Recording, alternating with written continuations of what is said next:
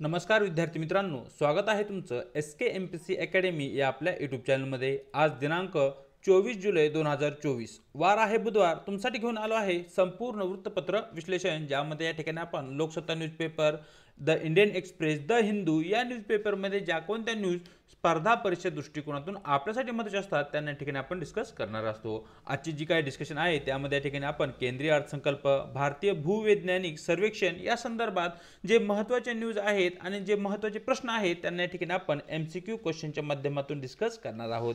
चला तर जे काही आजची आपली डिस्कशन आहे तिला या ठिकाणी आता आपण सुरुवात करणार आहोत। मित्रांनो, या ठिकाणी आजची जी आपली पहिली न्यूज आहे ती आहे केंद्रीय अर्थसंकल्पा संदर्भात। सर्वप्रथम जी काही न्यूज आहे ती न्यूज पाहूया। पदकवीर दोघेच अशा प्रकारची न्यूज लोकसत्ता पेज क्रमांक 1 वरती तुम्हाला दिसून जाईल। कालच म्हणजे दिनांक 23 जुलैला केंद्र सरकारचं जे काही बजेट आहे ते पार्लमेंटमध्ये सादर करण्यात आलं। या ठिकाणी केंद्र सरकारने ज्या कोणत्या योजनांवर इन डिटेलमध्ये डिस्कस केली आहे या संदर्भात किंवा या बजेटवर एक स्पेशल व्हिडिओ आपण बनवणार आहोत आणि त्या माध्यमातून त्या ठिकाणी पूर्ण बजेट आपण समजून घेण्याचा प्रयत्न करणार आहोत। या ठिकाणी आज फक्त काही प्रश्न पाहणार आहोत आणि त्याच्या माध्यमातून जे की पॉइंट आहेत त्यांना त्या ठिकाणी आपण फोकस करणार आहोत। चला तर जो काही आपला प्रश्न आहे तो प्रश्न पाहूया। जेव्हा पूर्ण अर्थसंकल्प मंजूर होण्यापर्यंत सरकारला वर्षाच्या काही भागासाठी त्यांच्या खर्चासाठी निधी द्यावा लागतो, तेव्हा सादर केलेल्या अर्थसंकल्पासाठी कोणता प्रस्ताव मांडला जातो? अशा प्रकारचा मित्रांनो या ठिकाणी आपला प्रश्न आहे। तर मित्रांनो, या ठिकाणी जो काही प्रश्न आहे तो प्रश्न सोप्या आणि सिंपल शब्दामध्ये सर्वप्रथम तुम्हाला समजून घेणं आवश्यक आहे। फॉर एक्झाम्पल, या ठिकाणी आता 23 जुलैला आपला जे काही बजेट आहे किंवा केंद्रीय अर्थसंकल्प आहे तो मांडण्यात आला आहे। आता या ठिकाणी बजेटमध्ये ज्या काही मागण्या किंवा जो काही निधी मंजूर करण्यात आला आहे त्याला संसदेची मंजुरीही असणं आवश्यक आहे। जोपर्यंत संसदेची या ठिकाणी या प्रस्तावांना मंजुरी भेटत नाही तोपर्यंत सरकार या ठिकाणी खर्च करू शकत नाही आणि या मंजुरीसाठी जवळपास 1 ते 2 महिन्याचा कालावधी जातो। मग या ठिकाणी या 1 ते 2 महिन्याच्या कालावधीसाठी सरकारला खर्च हा करावाच लागतो। मग तो खर्च करण्यासाठी सरकार कोणत्या प्रकारचा प्रस्ताव मंजूर करते, अशा प्रकारचा मित्रांनो या ठिकाणी हा आपला प्रश्न आहे। तर मित्रांनो, अशा प्रकारचा जो काही खर्च आहे जोपर्यंत आपलं बजेट संसदेकडून मंजूर होत नाही किंवा त्यावर बहुमत येत नाही तोपर्यंत मानले जाणारे जे काही अनुदान आहे त्याला या ठिकाणी आपण लेखा अनुदान किंवा लेखा अनुदान प्रस्ताव असे म्हणतो। प्रश्न क्रमांक 1 योग्य उत्तर राहील पर्याय सी। पाहूया प्रश्न क्रमांक 2। अर्थसंकल्पीय प्रस्तावांची छाननी करण्यासाठी कोणती समिती प्रामुख्याने जबाबदार असते? अशा प्रकारचा मित्रांनो या ठिकाणी आपला प्रश्न आहे। तर मित्रांनो, या ठिकाणी जे काही अर्थसंकल्प आहे विविध विभागाकडून, विविध क्षेत्राकडून किंवा विविध ज्या काही मंत्रालय आहेत त्यांच्याकडून या ठिकाणी मागणी किंवा ज्या काही डिमांड्स आहेत त्या मांडल्या जातात। मग या ठिकाणी ज्या काही डिमांड्स आलेल्या आहेत त्या संवैधानिक आहेत का नाही, त्या कायद्याला धरून आहेत का नाही, नियमांचं त्या ठिकाणी पालन होतंय का आहे का नाही, हे पाहण्याचं कार्य या ठिकाणी एका समितीकडून केलं जातं आणि त्यानंतर या ठिकाणी जे काही अर्थसंकल्पीय प्रस्ताव आहेत त्यांना मंजुरी दिली जाते। मग या ठिकाणी ती समिती कोणती आहे? तर या ठिकाणी या प्रश्न क्रमांक 2 चं आपलं योग्य उत्तर राहील पर्याय बी, लोकलेखा समिती, जिला या ठिकाणी आपण पब्लिक अकाउंट कमिटी म्हणतो। या कमिटीकडून या ठिकाणी अर्थसंकल्पासाठी आलेले जे काही प्रस्ताव आहेत त्याची छाननी किंवा तपासणी केली जाते। या ठिकाणी मित्रांनो, अर्थसंकल्पाविषयी काही फॅक्ट तुम्हाला माहिती असणं आवश्यक आहे। जो काही अर्थसंकल्प आहे तो या ठिकाणी फायनान्स मिनिस्टर किंवा जे काही आपले वित्त मंत्री आहेत त्यांच्याकडून मांडला जातो, हे तुम्हाला माहिती असणं आवश्यक आहे।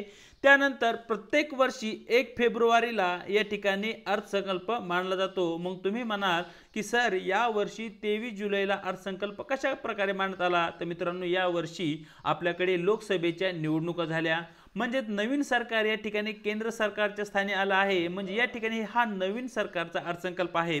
आता पुढचा जो काही आपला अर्थसंकल्प येईल तो या ठिकाणी 1 फेब्रुवारीला मांडला जाईल, हे तुम्हाला या ठिकाणी निश्चित करून घेणं आवश्यक आहे। जो काही आपला अर्थसंकल्प आहे त्या संदर्भात ज्या काही तरतुदी आहेत त्या या ठिकाणी आर्टिकल 112 मध्ये नमूद करण्यात आलेल्या आहेत आणि अर्थसंकल्पामध्ये किंवा सरकारला सर्वाधिक महसूल किंवा सर्वाधिक कर कोणत्या करापासून भेटतो असा जर तुम्हाला प्रश्न आला तर तो कर आहे GST, good and service tax, ज्याला या ठिकाणी आपण वस्तू आणि सेवा कर असे म्हणतो। तर अशा प्रकारे हे काही महत्त्वाचे पॉइंट आहेत जे तुम्हाला या ठिकाणी लक्षात ठेवायचे आहेत। पाहूया आजचा आपला प्रश्न क्रमांक 3, जो की या ठिकाणी भारतीय भूवैज्ञानिक सर्वेक्षण संदर्भात आहे, ज्याला की या ठिकाणी आपण इंग्लिशमध्ये जिओलॉजिकल सर्वे ऑफ इंडिया असेही म्हणतो. सरळ प्रश्न पाहूया. भारतीय भूवैज्ञानिक सर्वेक्षण बद्दल खालील विधाने विचारात घ्या. ज्या ठिकाणी विधान क्रमांक 1, जिओलॉजिकल सर्वे ऑफ इंडियाचे प्राथमिक कार्य भूवैज्ञानिक सर्वेक्षण आणि अभ्यास करणे आहे. विधान क्रमांक 2, जिओलॉजिकल सर्वे ऑफ इंडिया पृथ्वी विज्ञान मंत्रालयाच्या अंतर्गत कार्यरत आहे. विधान 3, जिओलॉजिकल सर्वे ऑफ इंडिया भारतातील खनिज संसाधनाच्या मूल्यांकनासाठी जबाबदार आहे. अशा प्रकारची एकूण 3 विधानं आपल्याकडे देण्यात आली आहेत आणि यापैकी किती विधानं बरोबर आहेत ते तुम्हाला प्रश्नामध्ये विचारण्यात आलेलं आहे. तर मित्रांनो, जो काही जिओलॉजिकल सर्वे ऑफ इंडिया आहे याचं मुख्य कार्य म्हणजे या ठिकाणी जे काही आपलं भूविज्ञान आहे त्याचं सर्वेक्षण करणं आणि त्याचा जो काही अभ्यास आहे तो अभ्यास या ठिकाणी मांडणं, म्हणजे या ठिकाणी विधान क्रमांक 1 अगदी बरोबर आहे. जो काही जिओलॉजिकल सर्वे ऑफ इंडिया आहे तो या ठिकाणी मिनिस्ट्री ऑफ माइन्सच्या अंतर्गत येताना आपल्याला दिसतो. तो या ठिकाणी मिनिस्ट्री ऑफ पृथ्वी विज्ञानच्या अंतर्गत नाहीये, म्हणजे विधान क्रमांक 2 या ठिकाणी चुकीचं आहे आणि विधान क्रमांक 3 मित्रांनो या ठिकाणी अगदी बरोबर आहे. जे काही आपल्या देशामध्ये खनिज संसाधने आहेत त्यांचं मूल्यांकन करण्याची जबाबदारी ही या ठिकाणी जिओलॉजिकल सर्वे ऑफ इंडियावर असलेली आपल्याला दिसते. म्हणजेच वरील जी काही आपली 3 विधानं आहेत या 3 विधानापैकी केवळ 2 विधानं या ठिकाणी आपली बरोबर असल्या कारणाने आपले योग्य उत्तर राहील पर्याय बी, फक्त 2 विधानं.